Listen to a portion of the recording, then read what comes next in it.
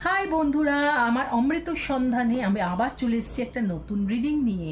তো আজকে যাদের রিডিং করব তারা হলো Libra, sun, moon, rising and venous.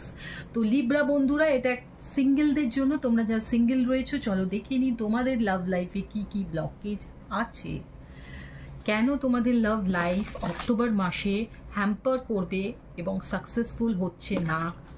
চলো দেখে নেওয়া যাক।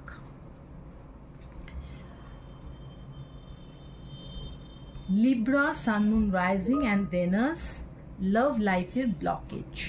First blockage, too much work. Next হচ্ছে unworthy. Third হলো demanding.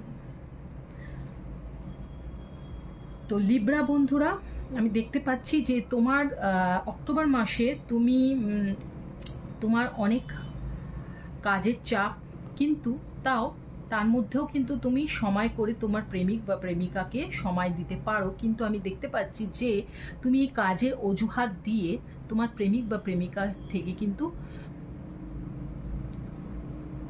দূরে থাকছো। হয়তো নানা কারণ হতে পারে, ইন্টারেস্ট কমে যাওয়াটাও এটা একটা কারণ, বা তুমি হয়তো বুঝতেই পারছো না যে তুমি যে এই এক্সকিউজটা দিচ্ছ এটা একটা এক্সকিউজ।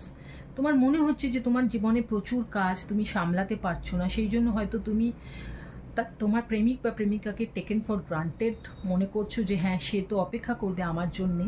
কিন্তু হয়তো এই জন্যই তোমাদের রিলেশনশিপে কিন্তু বাধা আসছে, গ্রো করছে না রিলেশনশিপটা। তার জন্য কি করতে হবে, তোমাকে অবশ্যই তোমার প্রেমিক বা প্রেমিকাকে সময় দিতে হবে। নেক্সট দেখতে পাচ্ছি যে তোমার নিজের মনের মধ্যে একটা ধারণা তৈরি হয়েছে যে তুমি বুঝি যোগ্য নও প্রেমিক বা প্রেমিকা হওয়ার, এবং এই যে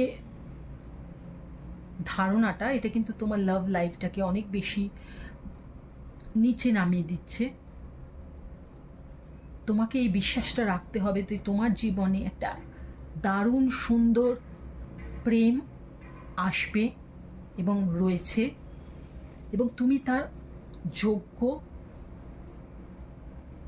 এই যে মানসিকতা, এই মানসিকতাটা তোমার নিজের মধ্যে আনতে হবে এবং সময় কাটাতে হবে তোমার প্রেমিক বা প্রেমিকার সাথে, যাতে তুমি তোমার যোগ্যতাটা বোঝো, তার জীবনে তোমার কি ভ্যালু সেটা তুমি জানতে পারো। তার জন্য তোমাকে তার কাছে সময় দিতে হবে, সময় কাটাতে হবে, তার সঙ্গে ঘুরতে যেতে হবে। আমি দেখতে পাচ্ছি কোনো সমুদ্রের জায়গায় গেলে তো অবশ্যই ভালো হয়। কাজ তো থাকবেই, কিন্তু কাজে